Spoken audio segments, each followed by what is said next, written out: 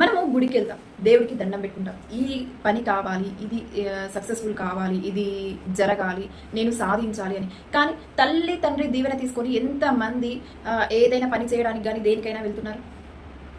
ఎవరు తల్లి తండ్రి దీవెన తీసుకుంటున్నారు? కనీసం తల్లి తండ్రిని గౌరవిస్తున్నారా?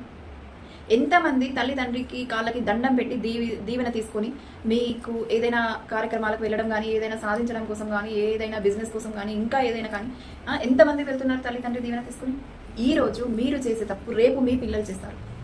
వాళ్ళు ఏం చేశారు? వాళ్ళకి ఎందుకు దండ పెట్టాలి? వాళ్ళకి ఎందుకు దీవెన తీసుకోవాలి? వాళ్ళని మనల్ని కన్నారు కదా, మనకి జన్మనిచ్చారు కదా, ఇంతకంటే ఇంకా ఏం చేస్తారు? వాళ్ళ రక్తాన్ని మనకి దారపోసి మనకి జన్మనిచ్చారు. తల్లి తండ్రి దీవెన తీసుకోకుండా మనం ఏది చేసినా అది ఫలిస్తుందంటారా? అది సాధిస్తారంటారా? చెప్పండి. ఇప్పుడు మనకు ఒక కథ ఉంది. శివుడు పార్వతి చుట్టూ వినాయకుడు కుమారస్వామి ఒక చిన్న పందెం వేసుకొని శివుడు పార్వతి చుట్టూ తిరుగుతారు. ఫస్ట్ లోకాలన్నీ ఎవరు తిరిగి వస్తారని చెప్పేసి ఒక పోటీ అయితే పెట్టుకుంటారు. అదైతే అందరికీ తెలిసిన కథని. అవునా కదా? ఈ కథని మనం ఎందుకు ఉదాహరణ తీసుకోవద్దు? కుమారస్వామి అన్ని లోకాలు తిరుగుతాడు, కానీ వినాయకుడు తల్లి తండ్రిని మించినది ఏది లేదు అని చెప్పేసి వాళ్ళ చుట్టూ ప్రదక్షిణ చేస్తాడు. అన్ని లోకాలు కుమారస్వామి కంటే ముందు వినాయకుడు కంప్లీట్ చేస్తాడు. ఇది ఎందుకు ఉదాహరణగా తీసుకోవద్దు? మన కోసమే కదా. తల్లి తండ్రికి దైవం అంటారు.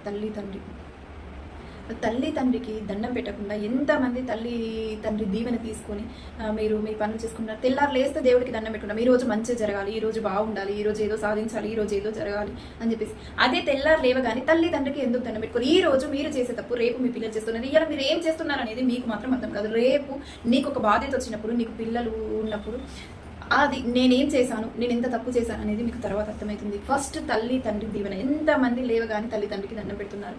దగ్గర లేకపోతే ఫోటోకి కానీ లేదంటే ఫోన్ చేసి దీవెన తీసుకోవడం కానీ ఎంతమంది చేస్తున్నారు? సరే, ఇక్కడి నుంచి వదిలేండి. ఇప్పటి నుంచెల్లైనా కానీ ఫస్ట్ తల్లి తండ్రి దీవెన తీసుకొని తల్లి తండ్రి కాళ్ళకి దండం పెట్టి ఇక్కడి నుంచెల్లైనా మీరు మారండి. మీరు ఏం చేస్తున్నారో మీ పిల్లలు కూడా అదే చేస్తారు.